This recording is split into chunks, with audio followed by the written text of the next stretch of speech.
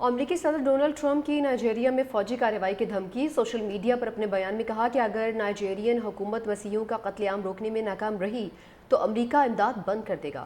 کہا کہ امریکہ طاقت کے زور پر اس ملک میں دہشت گردوں کو ختم کر سکتا ہے۔ دوسری طرف نائجیرین صدر نے ٹرمپ کے تمام الزامات مسترد کر دیے۔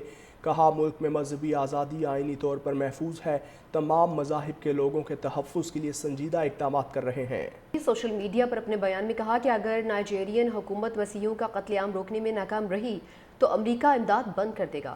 کہا کہ امریکہ طاقت کے زور پر اس ملک میں دہشت گردوں کو ختم کر سکتا ہے۔ دوسری طرف نائجیرین صدر نے ٹرمپ کے تمام الزامات مسترد کر دیے۔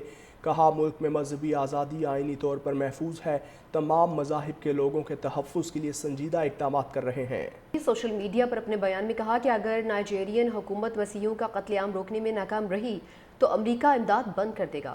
کہا کہ امریکہ طاقت کے زور پر اس ملک میں دہشت گردوں کو ختم کر سکتا ہے۔ دوسری طرف نائجیرین صدر نے ٹرمپ کے تمام الزامات مسترد کر دیے۔ کہا ملک میں مذہبی آزادی آئینی طور پر محفوظ ہے، تمام مذاہب کے لوگوں کے تحفظ کے لیے سنجیدہ اقدامات کر رہے ہیں۔ سوشل میڈیا پر اپنے بیان میں کہا کہ اگر نائجیرین حکومت مسیحیوں کا قتل عام روکنے میں ناکام رہی تو امریکہ امداد بند کر دے گا۔ کہا کہ امریکہ طاقت کے زور پر اس ملک میں دہشت گردوں کو ختم کر سکتا ہے۔ دوسری طرف نائجیرین صدر نے ٹرمپ کے تمام الزامات مسترد کر دیے۔ کہا ملک میں مذہبی آزادی آئینی طور پر محفوظ ہے، تمام مذاہب کے لوگوں کے تحفظ کے لیے سنجیدہ اقدامات کر رہے ہیں۔ سوشل میڈیا پر اپنے بیان میں کہا کہ اگر نائجیرین حکومت مسیحیوں کا قتل عام روکنے میں ناکام رہی تو امریکہ امداد بند کر دے گا۔ کہا کہ امریکہ طاقت کے زور پر اس ملک میں دہشت گردوں کو ختم کر سکتا ہے۔ دوسری طرف نائجیرین صدر نے ٹرمپ کے تمام الزامات مسترد کر دیے۔ کہا ملک میں مذہبی آزادی آئینی طور پر محفوظ ہے، تمام مذاہب کے لوگوں کے تحفظ کے لیے سنجیدہ اقدامات کر رہے ہیں۔ سوشل میڈیا پر اپنے بیان میں کہا کہ اگر نائجیرین حکومت مسیحیوں کا قتل عام روکنے میں ناکام رہی تو امریکہ امداد بند کر دے گا۔ کہا کہ امریکہ طاقت کے زور پر اس ملک میں دہشت گردوں کو ختم کر سکتا ہے۔ دوسری طرف نائجیرین صدر نے ٹرمپ کے تمام الزامات مسترد کر دیے۔